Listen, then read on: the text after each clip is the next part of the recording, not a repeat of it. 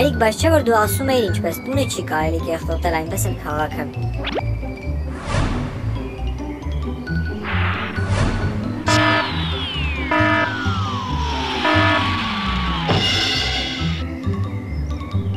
Այո, որդից, քաղաքը կեղտոտել չի կարելի, այն մեր տունն է։